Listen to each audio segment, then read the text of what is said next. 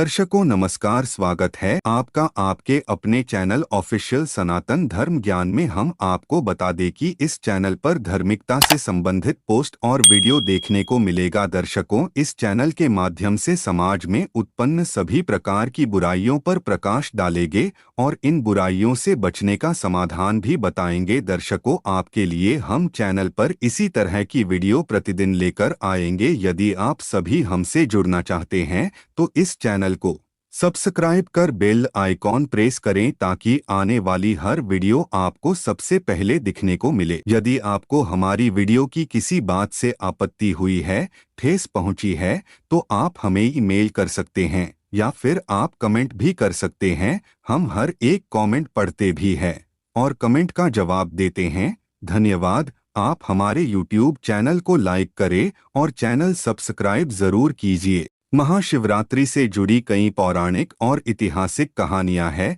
जिनके बारे में हम सब जानते हैं, जैसे कि महाशिवरात्रि का पर्व क्यों मनाया जाता है, शिव भक्तों के लिए कावड़ का क्या महत्व है। ऐसी ही कितनी बातें जो हम और आप सभी जानते हैं, परंतु आज हम आपको एक और कहानी के बारे में बताने जा रहे हैं जो शायद आपने पहले सुनी न सुनी हो। तो आइए आपको बताते हैं इस कथा के बारे में। पूर्व काल में एक शिकारी हुआ करता था। वह जंगल में शिकार करता था और अपने परिवार का पालन करता था। वह एक साहूकार का कर्जदार था, लेकिन वह उसका ऋण समय पर नहीं चुका सका, इसलिए साहूकार ने उसे शिवमठ में बंदी बना लिया था। उस दिन वह वहां सारे दिन भगवान शिव के बारे में धार्मिक बातें सुनता रहा और संयोगवश उस दिन शिवरात्रि का पर्व था। शाम होने पर साहूकार ने उस शिकारी को बुलाया और ऋण चुकाने के बारे में बात की। जब शिकारी ने उससे अगले दिन ऋण चुकाने का वादा किया और साहूकार ने उसे छोड़ दिया, शिकारी पूरे दिन का भूखा और प्यासा था। वह रोज की भांति जंगल में शिकार के लिए निकल गया,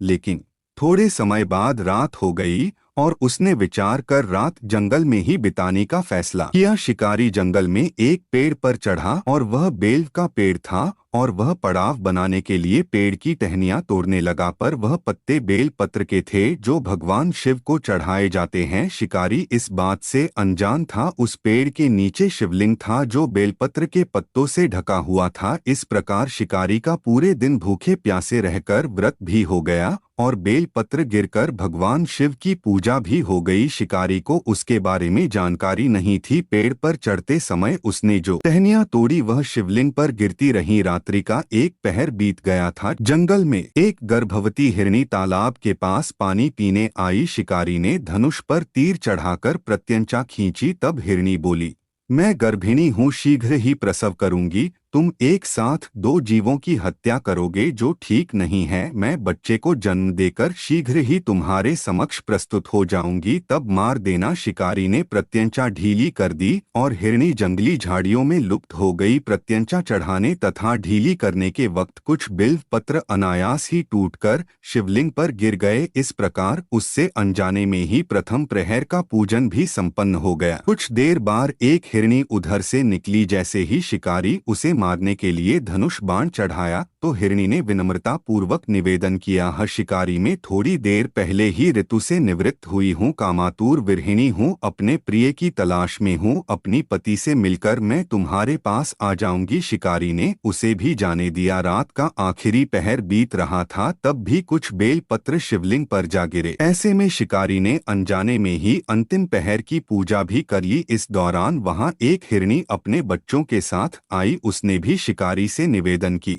और शिकारी ने उसे जाने दिया। इसके बाद शिकारी की 3 पहर की पूजा हो चुकी थी। तीनों बार प्रत्यंचा चढ़ाने में शिवलिंग पर बेल पत्र चढ़ चुके थे। अब की बार एक हिरण आया, फिर शिकारी ने प्रत्यंचा चढ़ाई। अब की बार हिरण ने कहा, अगर तुमने उन तीनों हिरनियों को जाने दिया है तो मुझे भी जाने दो, नहीं तो वह नहीं आ पाएंगी, क्योंकि मैं उनका पति हूँ। मुझे एक बार जाने दो, मैं फिर अपने पूरे परिवार के साथ आ जाऊंगा। इस प्रकार उसने हिरण को भी जाने दिया और उसकी चौथे प्रहर की पूजा भी पूरी हुई, जिससे वह शिकारी अनजान था। उसकी यह पूजा अनजाने में हुई। शिव की पूजा उसने अनजाने में की थी, लेकिन उसके अंदर मानवता वास कर रही थी, इस कथा से हमें यह पता चलता है कि भगवान शिव अनजाने में भी अच्छे मन से की गई पूजा का भी फल देते हैं, लेकिन वास्तव में महादेव उस शिकारी के दया भाव से प्रसन्न हुए थे, क्योंकि वह खुद भूखा था पर उसने फिर भी उस हिरण परिवार को जाने दिया। यही बात शिकारी को सबसे उत्कृष्ट बना देती है। आप इस कहानी से यह ना समझे कि भगवान शिव किसी भी प्रकार के पूजन को स्वीकार कर लेते हैं, बल्कि भगवान शिव सिर्फ सच्चे मन और पूरी श्रद्धा से की गई आराधना को ही स्वीकार करते हैं। कथा अच्छा लगा हो तो कमेंट्स करें, चैनल को सब्सक्राइब करें, वीडियो शेयर करें। धन्यवाद। हर हर महादेव।